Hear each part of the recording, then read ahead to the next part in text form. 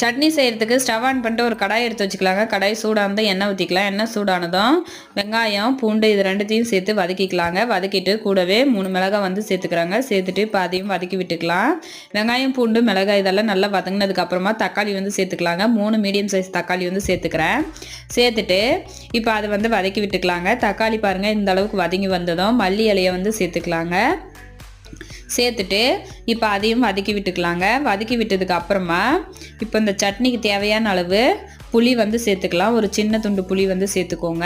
சேர்த்துட்டு இப்போ உப்பு சேர்த்துக்கலாங்க. உப்பு சேர்த்துட்டு அரை மூடி தேங்காய் வந்து துருவி வச்சுருந்தேன், அதுவும் சேர்த்து எல்லாத்தையும் வதக்கி விட்டுக்கலாம். வதக்குனதுக்கு அப்புறமா ஸ்டவ் ஆஃப் பண்ணிவிட்டு இது ஆறுனதுக்கு அப்புறமா மிக்ஸி ஜாரில் சேர்த்துக்கலாங்க.